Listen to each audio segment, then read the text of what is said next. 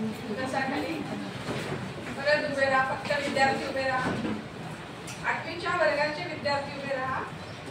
कशाखाली? Good afternoon विद्यार्थी मित्रांनो. आज आपल्याला गणिताचा एक छानसा धडा बघायचा आहे. तर पाहूया आपण. सर्वप्रथम मी तुम्हाला काही प्रश्न विचारणार आहे. त्या प्रश्नांची तुम्ही मला उत्तरं द्यायची. तर याच्यामध्ये मी फळ्यावरती आकृती काढते. तर ती आकृती कशाची आहे हे ओळखून मला नाव सांगायचे तुम्ही सगळ्यांनी. ठीक आहे?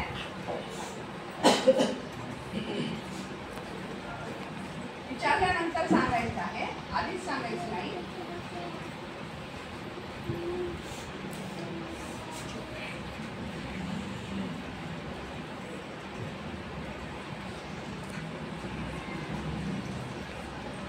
पहिली आकृती कशाची आहे? हा सांग. बरोबर आहे. दुसरी आकृती कशाची आहे? हा सांग. हा ठीक आहे, बरोबर आहे. हा शेवटची आकृती 3 नंबरची. हा सांग तू. वर्तुळाची. बरोबर आहे. आता हे त्रिकोण, चौकोन आणि वर्तुळ हे तुम्ही मागच्या इयत्ते मध्ये अभ्यासलेलं आहे. तुम्हाला सगळ्यांना हे माहीत आहे. कुणाला माहीत आहे का ही संकल्पना जी आहे म्हणजे त्रिकोण, चौकोन आणि वर्तुळ ही द्विमिती आहे की त्रिमिती आहे? हा सांग. द्विमिती आहे. बरोबर आहे. द्विमिती का म्हणायचं कोण सांगते?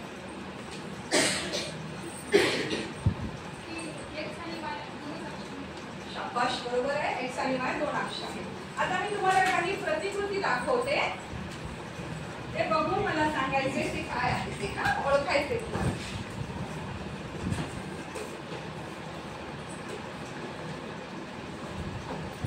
पाहायचं याच्याकडे. सगळ्यांना दिसतंय ना?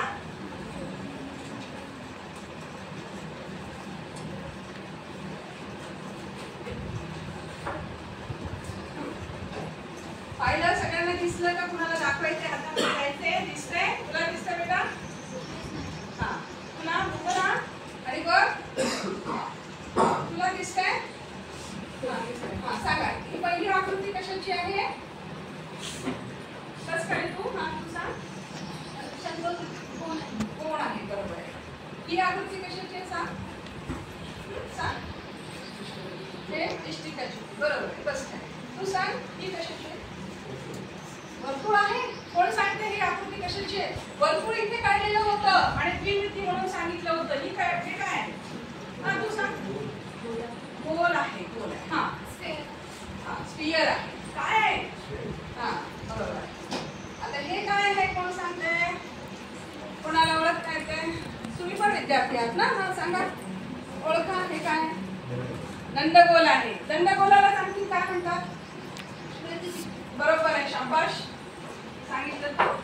आता बघा हे वर्तुळ आहे असं आपण आकृती बघितली आणि आता या बांगडीचा आकार कसा आहे? गोल. गोल आहे. कोण सांगते? हा वर्तुळाकृती आहे. बांगडीचा आकार कसा आहे? वर्तुळाकृती आहे. आता या बांगडीने या पृष्ठभागावरती जेव्हा मी ही बांगडी ठेवते तेव्हा ही बांगडी काहीतरी क्षेत्र या पृष्ठभागावरचं व्यापते. मग आता हे क्षेत्र काढायचं असेल तर काय करावं लागेल? हा वर्तुळाचे क्षेत्रफळ काढावं लागेल. अगदी बरोबर आहे. आता हा दंडगोल आहे. वृत्तचित्ती पण म्हणतात त्याला. ही वृत्तचित्ती अवकाशामध्ये ठेवल्यानंतर याचं जर आपल्याला मापन करायचं असेल तर काय करावं लागेल? हा सांग. घनफळ काढावं लागेल. बरोबर आहे. तर विद्यार्थी मित्रांनो आज आपण वृत्तचित्तीचे घनफळ हा पाठ अभ्यासूया. सगळ्यांनी वह्या काढायच्या. वह्यामध्ये पाठाचं नाव लिहायचं. त्यासोबतच मी फळ्यावरती जे जे काही लिहील ते तुम्ही तुमच्या वहीमध्ये लिहायचं आहे. कळलं?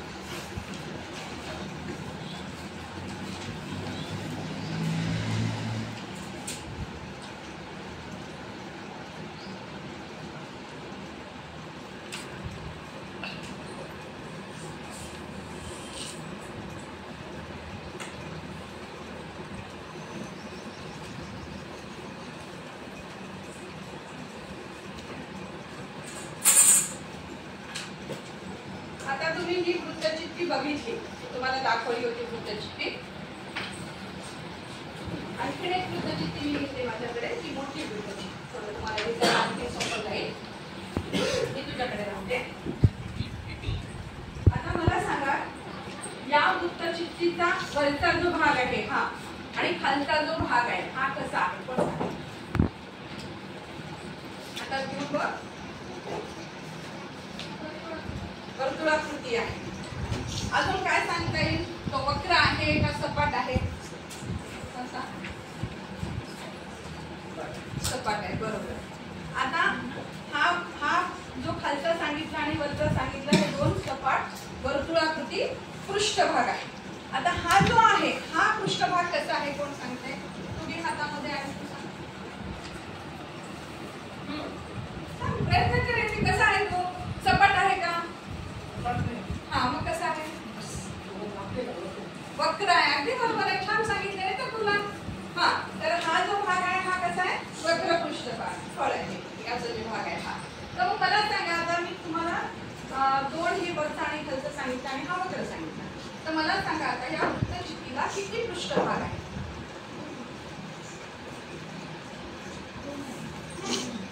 तू सांग, तू बोलतच नाहीये.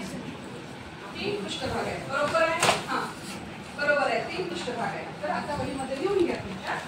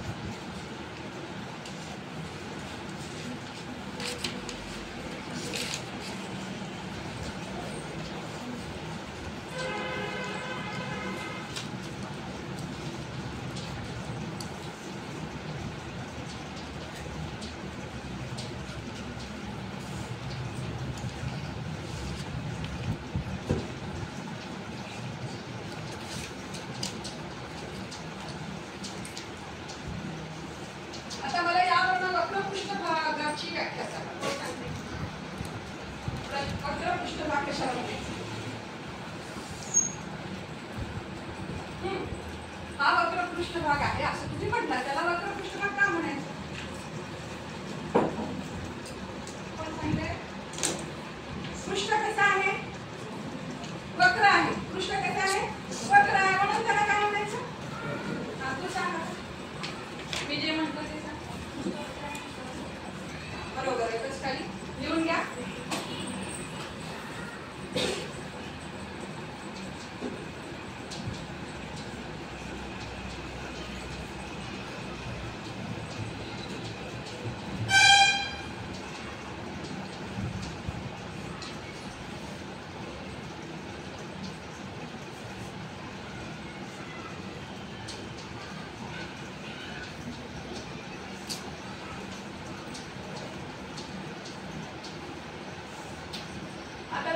बघितलं की इथं हा वर्तुळाकृती भाग आहे, म्हणजे वर्तुळाचं क्षेत्रफळ काढण्यासाठी कशाचा उपयोग केला जातो. सांगा, सूत्र सांग ना. R square. आर म्हणजे काय आहे, रेडियस म्हणजे मराठीत काय म्हणतात. फर्स्ट काय लिहून घ्या इथे.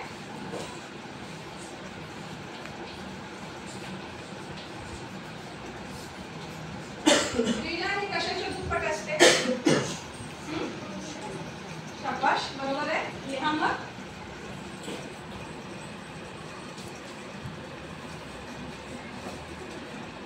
आता मी या ठिकाणी या वृत्तचित्तीचा हा वरचा पृष्ठभाग आणि खालचा पृष्ठभाग या दोघांचे केंद्रबिंदू मी एकमेकांना जोडलेले आहे. आकृतीमध्ये बघा जोडलेले आहे, दिसतंय तुम्हाला.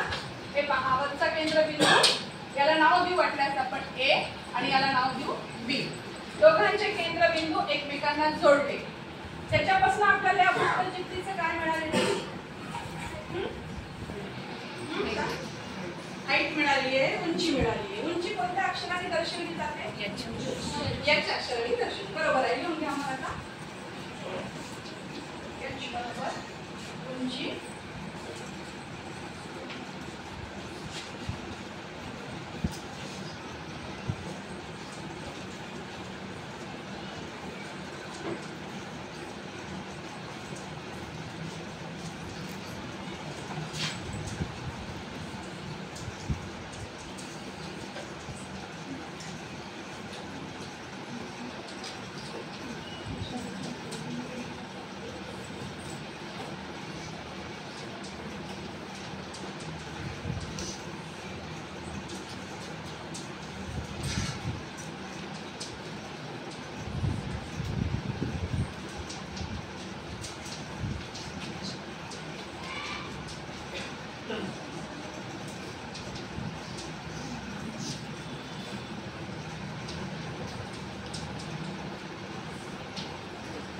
बघा आपण काय काय बघितलं.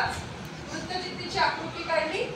वृत्तचित्तीचे वरचा सपाट वर्तुळाकृती पृष्ठभाग, खालचा सपाट वर्तुळाकृती पृष्ठभाग, त्याच्यानंतर हा वक्र पृष्ठभाग, त्याच्यानंतर वरच्या वर्तुळाकृतीचा केंद्रबिंदू आणि खालच्या वर्तुळाकृतीचा केंद्रबिंदू एकमेकांना जोडल्यानंतर जो रेषाखंड आपल्याला मिळतो त्या रेषाखंडाला वृत्तचित्तीची उंची असे म्हणतात. आणि वरचा सपाट पृष्ठभाग हा वर्तुळाकृती आहे, खालचा सपाट पृष्ठभाग हा वर्तुळाकृती आहे. वर्तुळाची त्रिज्या ही r ने दर्शविली जाते, या ठिकाणी आपण लिहिलेला आहे. आणि जो पृष्ठ हा वक्र असतो त्याला वक्रपृष्ठफळ असे म्हणतात. इथपर्यंत आपण बघितलं, सगळ्यांना समजलं? काही शंका आहे कुणाला? कुणाला कळलं नाही तुमच्यापैकी? विचारू शकता तुम्ही, शंका असेल तर. घाबरायचं नाही बिलकुल. आपल्याला शिकायचंय, परीक्षेमध्ये पण सोडवायचं आहे, लक्षामध्ये घ्या. आणि पुन्हा आपल्याला पुढे उच्च शिक्षण घ्यायचे, त्याच्यासाठी हे आपल्याला उपयुक्त आहे, त्याच्यामुळे कुणीही घाबरायचं नाही. समजलं सगळ्यांना? आता आपण काय करूया की या वृत्तचित्तीचं घनफळ कसं काढतात ते बघूया. आता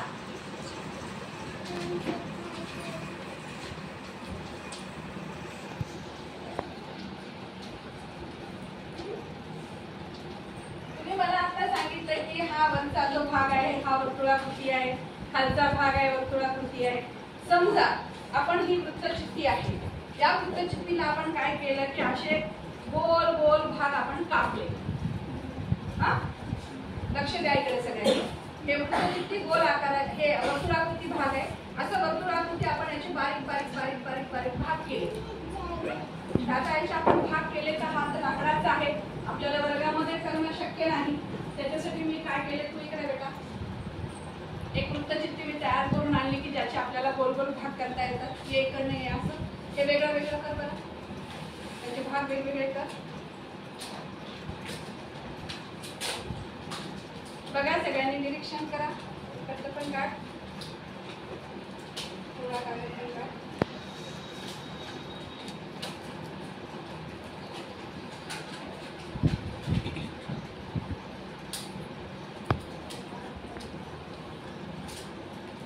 बघा आपण हे सगळे भाग काय केले, त्याचे वेगळे वेगळे केले ना, ऑलरेडी करून आणलेत मी या ठिकाणी. इथे कापणं हे लाकडाचं शक्य नाही म्हणून आपण कागदाचे हे भाग वेगळे वेगळे गोल करून आणले. मग आता मला सांगा, या सगळ्यांचं जर आपण क्षेत्रफळ काढलं, या सगळ्या वर्तुळाकृती आहे बरोबर आहे, या सगळ्यांचं आपण क्षेत्रफळ काढलं तर हे क्षेत्रफळ या वृत्तचित्तीच्या घनफळा एवढं होईल का? हा सांग बरं. होईल म्हणजे हे दोन्ही बरोबर असेल. मग आता मला सांगा, वर्तुळाच्या क्षेत्रफळाचं सूत्र काय आहे? पाय आर स्क्वेअर. आता हे किती वर्तुळ आहे तिथं? कोण सांगेल? तू बघ बेटा. हा सांगा, हे किती वर्तुळ आहे? मोज तू, मोज किती आहे?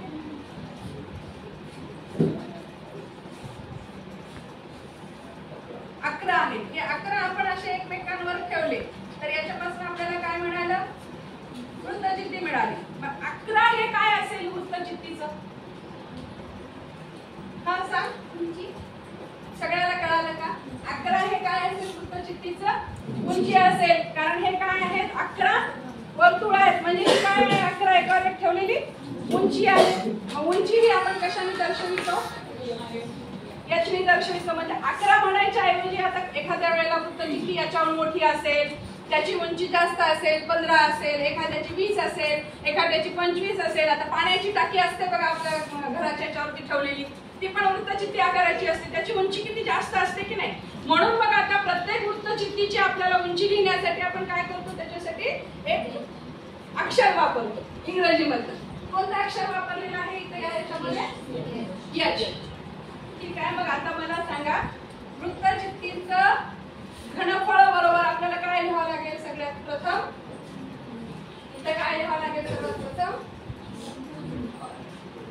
पाय आर स्क्वेअर. म्हणजे कशाचं पाय आर स्क्वेअर आहे हे? हा, मग लिहा त्याला. लिहा सगळ्यांनी. 1600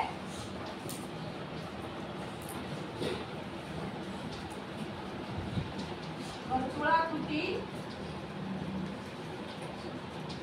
पृष्ठाचे क्षेत्रफळ. आणि किती होते ते गोल गोल केलेले आपण? 11 होते. त्याला आपण काय सांगितलं नाव? एच. म्हणजे गुणिले काय करावं गुणिले उंची. आता तळाच्या वर्तुळाकृती पृष्ठाचे क्षेत्रफळ बरोबर काय सूत्र सांगितलं तुम्ही आता मला? पाय आर स्क्वेअर. बरोबर आहे, पाय आर स्क्वेअर. आणि उंची बरोबर एच गुणिले एच. म्हणजे वर्तुळाचे घनफळ वृत्तचित्तीचे घनफळ बरोबर काय झालं? हा सांगा.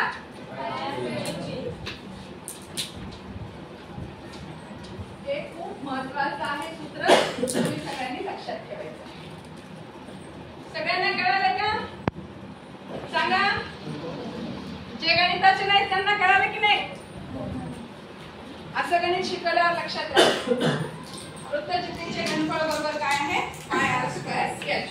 आता उदाहरण सोडवायचे आपल्याला. लिहा उदाहरण वहीमध्ये. एका वृत्तचित्तीची त्रिज्या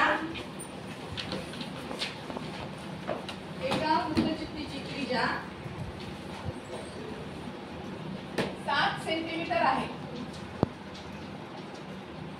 आणि उंची 15 सेंटीमीटर आहे.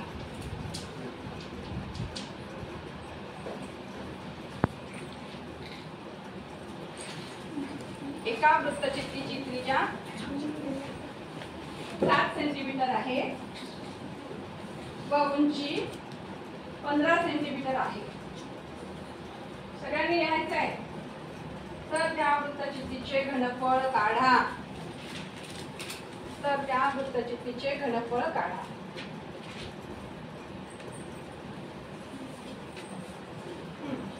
वृत्तचित्तीच्या घनफळाचे सूत्र काय आहे?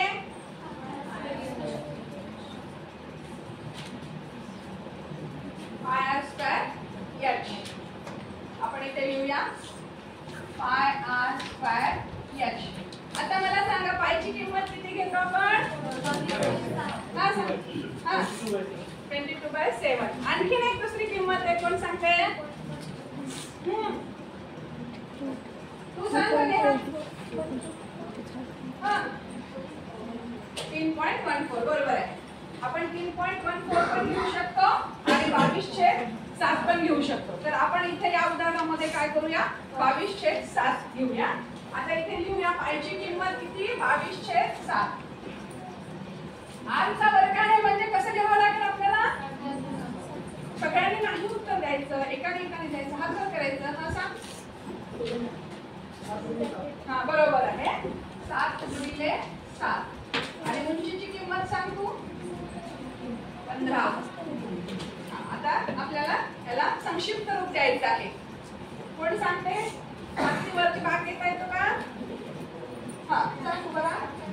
7/7 पडले. आता काय करायचं पुढे? तू सांग. तू बोललीच नाही. सांग बरं. हा काय करावं लागेल? हा 22/7 किती येतं सांग. हा चला 22/7 वही ना तू करच. 22/7 किती येतं? 154. बरोबर आहे. 22/7 किती आलं? 154 आलं. आता इथे लिहूया आपण बरोबर 154 गुणिले 15. करा गुणाकार वहीमध्ये. करा गुणाकार करा. सगळ्यांनी केलं पाहिजे.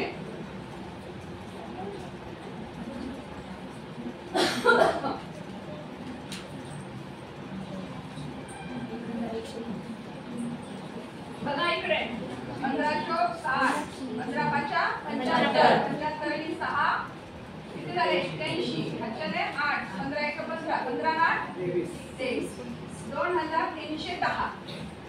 आता इकडे लक्ष द्या सगळ्यांनी. आपल्याला याचं काय लिहावं लागतं? एकक लिहावं लागतं. एकक कसं लिहितात? जसं वर्तुळाचं क्षेत्रफळ काढले की आपण काय लिहितो? चौरस सेंटीमीटर. कारण त्याच्यामध्ये काय असतं? आरचा वर्ग. आरचा वर्ग म्हणजे सेंटीमीटर गुणिले सेंटीमीटर 2 वेळेस, म्हणून इथं चौरस सेंटीमीटर लिहितो. आता इथे बघा आरचा वर्ग पण आहे आणि पुढे काय आहे? एच पण आहे. तर हे किती आहे? सेंटीमीटर. हे किती आहे? सेंटीमीटर. आणि हे पण काय आहे? सेंटीमीटर. कारण ह्या तिन्ही व्हॅल्यूज कशामध्ये आहेत? सेंटीमीटर मध्ये आहेत. मग सेंटीमीटर गुणिले सेंटीमीटर गुणिले सेंटीमीटर 3 वेळेस, म्हणून सेंटीमीटरचा घन. त्यालाच काय म्हणतात? मग घन सेंटीमीटर. जसं सेंटीमीटरचा वर्गाला काय म्हटलं होतं? चौरस सेंटीमीटर. तसं याला काय म्हणायचं? घन सेंटीमीटर. मग उत्तर किती आलं? 2000 घन सेंटीमीटर. कळालं का सगळ्यांना? 2310 घन सेंटीमीटर हे आलं आपल्या या उदाहरणाचं उत्तर. सगळ्यांना समजलं? कोणाला काही शंका आहे याच्यामध्ये? नाही. वृत्तचित्तीला काय असते? उंची असते, खोली असते आणि रुंदी पण असते. म्हणून याला काय असतात? 3 अक्ष असतात, x, y आणि z. म्हणजे हे काय आहे? त्रिमिती. वर्तुळ जे आहे बांगडी आता मी तुम्हाला दाखवली ते काय होतं? द्विमिती. कारण मध्ये पोकळ असते. हे पोकळ असते का? नाही, हे ध्रुव असते. म्हणून याला किती अक्ष असतात? 3 अक्ष असतात आणि म्हणून याला काय म्हणतात? त्रिमिती म्हणतात. कळालं सगळ्यांना? आता अशा पद्धतीनं आज आपण वृत्तचित्तीचं घनफळ कसे काढतात ते पाहिलेलं आहे. आता मी तुम्हाला याच्यावर आधारित काही प्रश्न विचारणार आहे. त्या प्रश्नाची तुम्ही मला उत्तरं द्यायची आहे. कळालं सगळ्यांना? लिहून घेतलं सगळ्यांनी? ओके.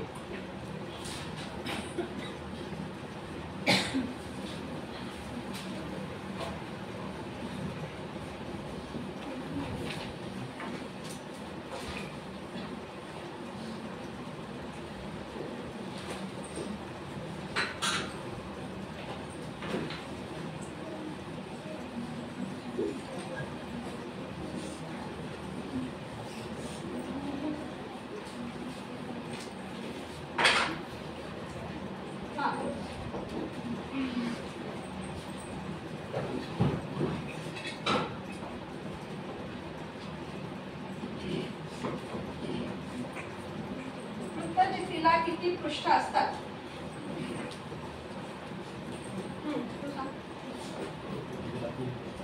बरोबर आहे. पृष्ठाच्या संदर्भात मला सांगा, पृष्ठाचं स्वरूप कसं असतं? पृष्ठाचं स्वरूप कसं असतं? स्वरूप कसं असतं? कसे लिहून दिले का? आणि समजावून पण सांगितलं कसं असतं स्वरूप? वरचं आणि खालचं पृष्ठ कसं असतं? बरोबर आहे. आलं. हा. आणि आता तिसरं पृष्ठ कसं असतं? बस खाली. हा, तू सांग. वक्र असतं. वक्र पृष्ठफळ कशाला म्हणतात? बस खाली. वक्र पृष्ठफळ कशाला म्हणतात? तू सांग. बरोबर आहे. वृत्तचित्तीची वेगवेगळी दैनंदिन जीवनातील उदाहरणं सांगा. दैनंदिन जीवनातील उदाहरणं सांगा. पाण्याची टाकी, बस खाली. आणखी याच्याशिवाय कोण सांगते? हा, सांग.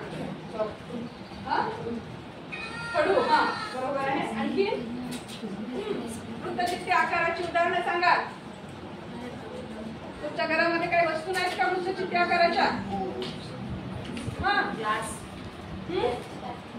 हा, अजून पाईप. हा, आणखी डबे वगैरे, डाळ ठेवायचे डबे वगैरे. बरोबर आहे. बरोबर सांगितलं. छान. म्हणजे तुम्हाला वृत्तचित्ती कशाला म्हणतात ते कळालेलं आहे. आता मला सांगा वृत्तचित्तीच्या घनफळाचं सूत्र. हा, सांग. बरोबर आहे. शाबाश. खाली. आता मी या ठिकाणी एक उदाहरण देत आहे. ते उदाहरण तुम्हाला सोडवायचं आहे. सगळ्यांनी सोडवा तुमच्या वहीमध्ये आणि इथे येऊन एकाही रिकामी जागा भरायची.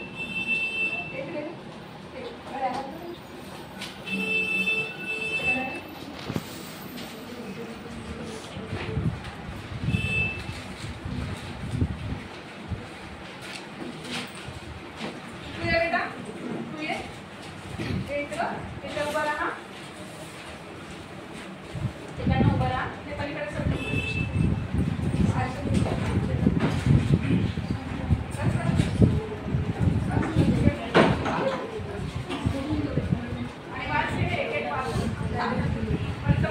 एका वृत्तचित्ती आकाराच्या टाकीची उंची 1 मीटर आहे व व्यास 10 सेंटीमीटर आहे.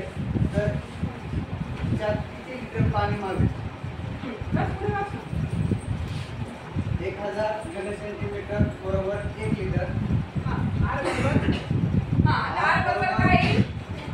बघा मी इथं फळावरती लिहिते वाटल्यास. व्यास किती दिलेला आहे? 70 दिलेला आहे. आपल्याला त्रिज्या काढायची आहे. त्रिज्या बरोबर किती येईल? व्यास भागिले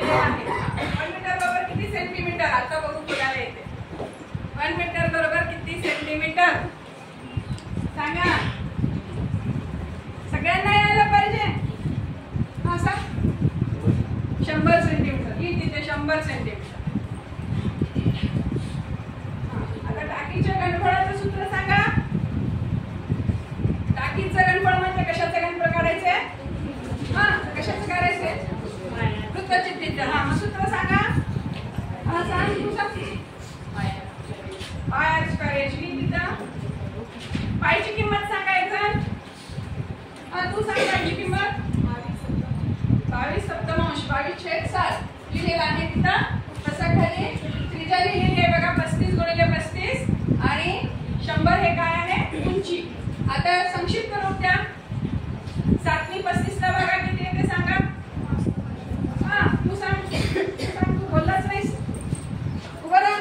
35 ला 7 नी भाग किती येतं. पाडा येतो ना 7 चा.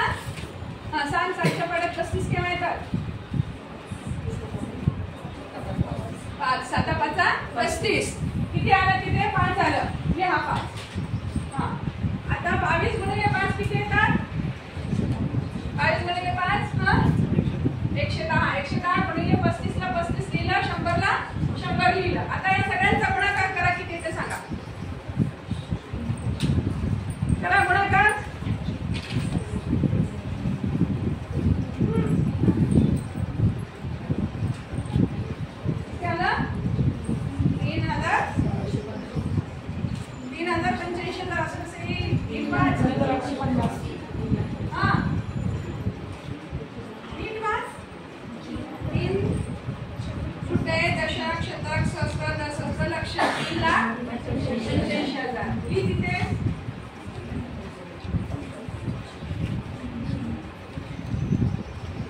आता बघा गणितामध्येच आपल्याला त्यांनी ऑलरेडी दिलेलं होतं 1000 घन सेंटीमीटर बरोबर 1 लिटर दिलेलं होतं. मग आता 3,85,000 घन सेंटीमीटर बरोबर किती लिटर. तर काय करावं लागेल आपल्याला 3,85,000 भागिले 1000 भागाकार करा किती ते सांगा. सामूहिक उत्तर द्यायचं नाही एकाने सांगायचंय. हा तू सांग किती येतं सांग. 1000 भाग 3,85,000 काय होतं बघ. हे 0 हे 0 हे 0 हे 0 हे 0 किती राहिले 385. किती ते 385 लिटर. मग टाकीत पाणी किती मावेल. हा लिहून टाकते 385 लिटर. कळालं का सगळ्यांना.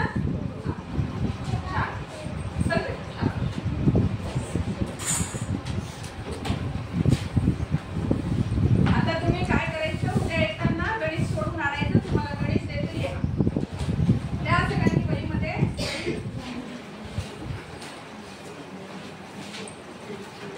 एका टाकीचे घनफळ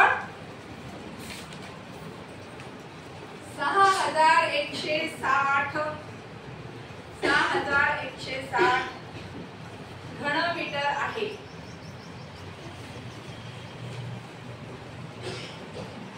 त्या टाकीची उंची 30 मीटर असल्यास